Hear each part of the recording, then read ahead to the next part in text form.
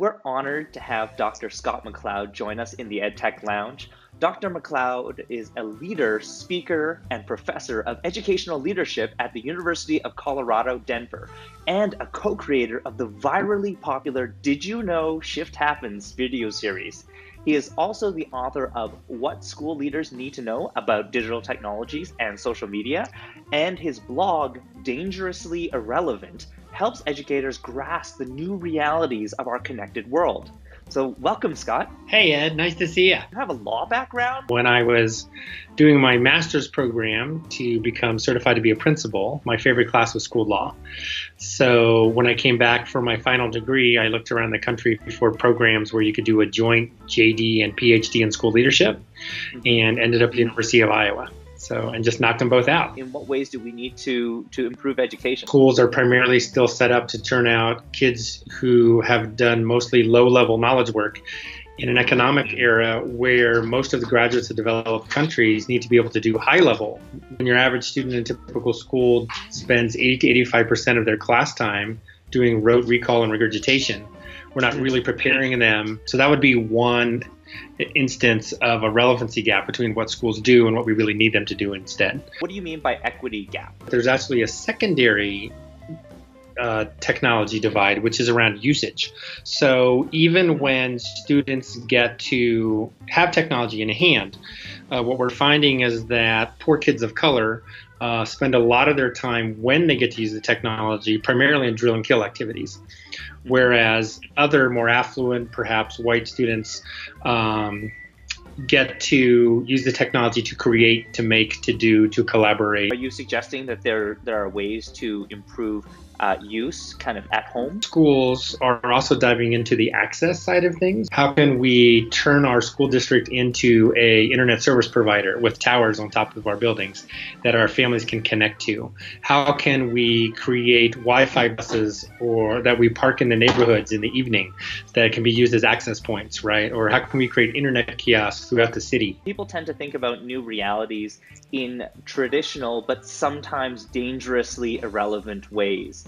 I was trying to figure out what to name my blog. I ran across that quote from Gwen Dwyer, and it just resonated with me too, which is why I named the blog after it. It's all mindset, right? Because schools that are adopting different mindsets are figuring out ways to adapt and grow. The big shifts that we're seeing tend to fall into four main areas. One is the shift from lower level recall and regurgitation to deeper and higher level thinking. The second shift is really around student agency. How do we give kids more control and ownership over their own learning opportunities? The third big shift is really around authentic work.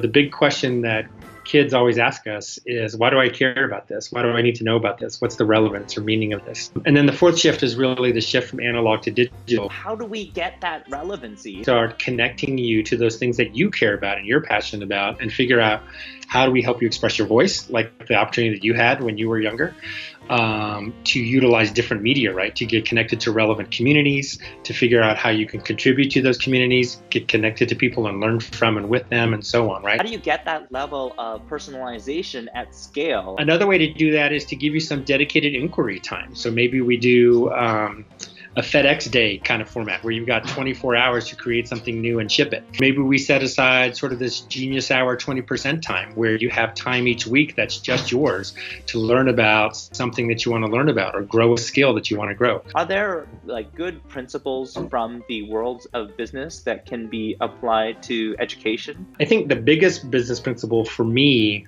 that seems to be resonating about this idea of living in perpetual beta, right? This idea that we need to iterate quickly and learn from and get rapid cycles of feedback to inform our work. Schools change very slowly, and part of the reason is because our feedback cycles are very slow. We might try a new curriculum, for example, or a new learning software program, and we will wait an entire 9 months before we evaluate the impact of that. How do we get both students and teachers to embrace the risks that are associated with always being in beta? That's why we always talk about these small scale pilots, right? We don't go to that teacher and ask her to do a big 4-week inquiry project.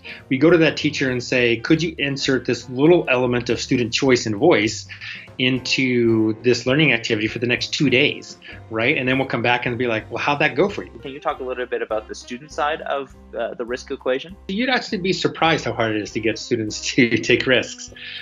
because they're operating in environments where we have traditionally said there is only one right answer. And if you get it, you're successful, you get an A.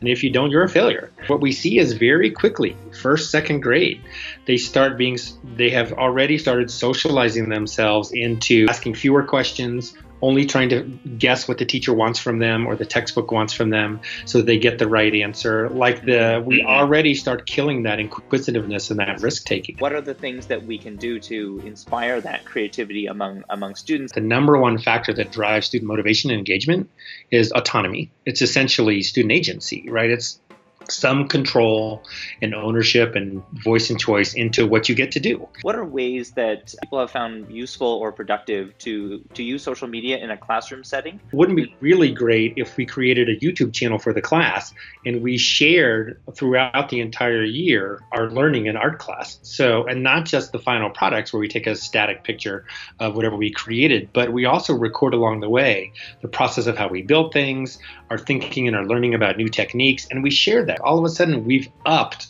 all the work that we're doing in art class to a completely different level because we've connected you to other people who are interested and care about not only the products, but the learning process as well. Can you speak a little bit about the world of video and how is that changing the paradigm around education? And in what ways do we need to think about that in the classroom? Video, of course, is proving to be a very powerful learning medium. Video captures sort of the way the real world looks and operates. And so I think that's one of the reasons it's particularly resonant for us. Now you don't have to just read about a science technique where we say, I'm using this chromosomal extraction technique to get genetic material out of this bacteria. I can actually see it in action through the video that we took through the electron microscope. When we start to make the shift from consumption to creation, and we allow students to show their learning through video, all of a sudden kids see that there's lots of interesting ways to show their knowledge and what they're learning. Thank you so much for sharing your insights. I really appreciate having you here on the EdTech Lounge. Appreciate the opportunity and stay in touch wherever I can be of support. Would love to. Thanks again.